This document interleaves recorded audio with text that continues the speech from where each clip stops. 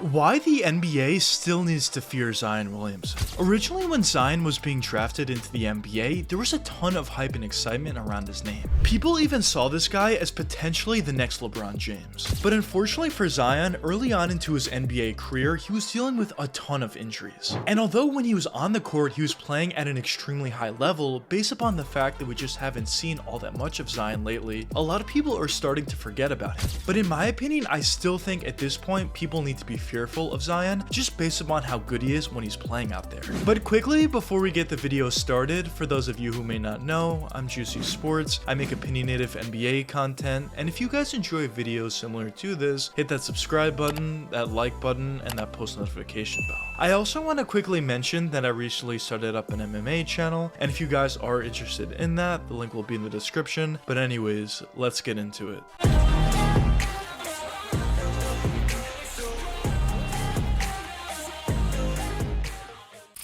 Zion Williamson was originally drafted with the #1 overall selection during the 2019 NBA draft by the New Orleans Pelicans. And originally when Zion was coming into the NBA, he had a ton of hype and excitement around his name. As I mentioned before, a lot of people were comparing him to LeBron James. And when he originally came into the NBA, he came into the league dealing with some injury issues. But overall, in the games that he did play in his rookie year, it was pretty clear that this guy was incredibly talented. In his first ever game in the NBA, he looked basically as impressive as you possibly could, and overall throughout his rookie season, he put up really good numbers, as he averaged 22.5 points per game on 6.2 boards and also adding 2.1 assists. And those numbers are of course extremely impressive for any player in the NBA, but especially for a guy who was in his rookie season, they were just that much more impressive. But although those numbers certainly looked amazing, I thought in my opinion, they actually weren't a great indicator of how well Zion was truly playing. I think he was playing even better than those numbers would suggest.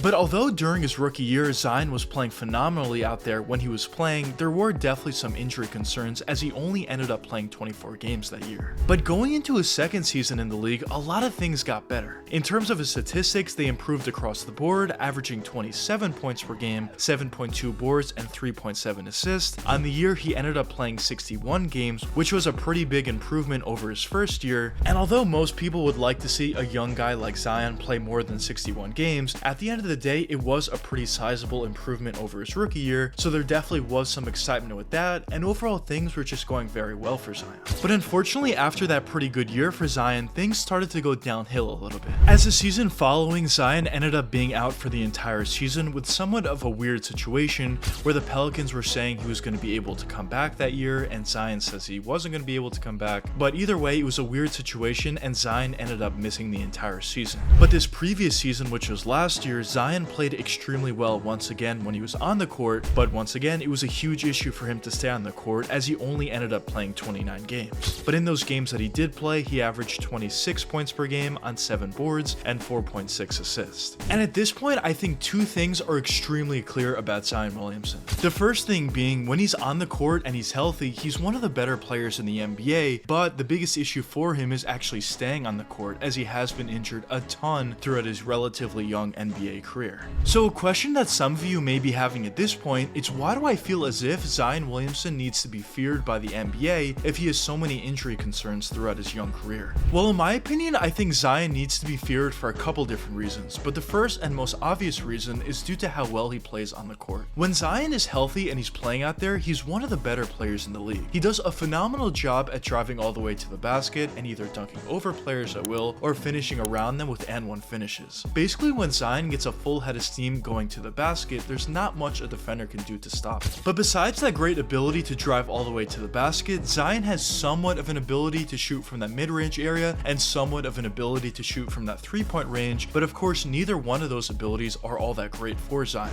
But the fact that he's able to be so efficient but also so effective throughout this young NBA career by basically only being able to drive all the way to the basket kind of just shows you how dominant this guy truly is. But besides his individual scoring scoring ability, Zion also helps out his team in a bunch of different ways as well. Like his passing and playmaking ability is something that's actually pretty underrated in my opinion. Zion does a really nice job at dishing off the ball to wide open teammates for easy looks when he gets double teamed, or even just in general finding those open guys, which is an ability that not every player at his position has, of course, and the fact that he does have it at a really high level is such a huge benefit to everybody on his team. But even besides that, Zion does a really nice job at playing weak side defense alongside with getting rebounds, both offensively and defensively. And really, when you talk about Zion Williamson out there, he's basically the exact type of player that you want to have on your roster. Not only is he going to do a great job to score for himself very efficiently, but he's also going to dish the ball off and get wide open looks for his teammates. But the next reason for why I think the NBA should still fear Zion is, although he has been injured a ton throughout the 4 seasons he's been in the league, I actually do think as time does progress, ironically enough, that he will find a way to be a little bit more healthy out there. And of course, I'm not expecting Zion to play all 82 games next season. He's probably going to miss some games, but what you would really like to see from this guy is just a subtle improvement season after season to just play more and more games. But most importantly, once it comes down to the playoffs, if the Pelicans are able to make it there, you want to see a healthy Zion Williamson. Now, the reason why I feel this is possible is I just feel like Zion is becoming a little bit more mature out there, and certain things that he's doing can actually help prevent injuries. Like for example, as of late, Zion has appeared to be in much better shape than he was prior, and I do think the less weight that he has on his upper body, the less chance that he's going to injure his lower body.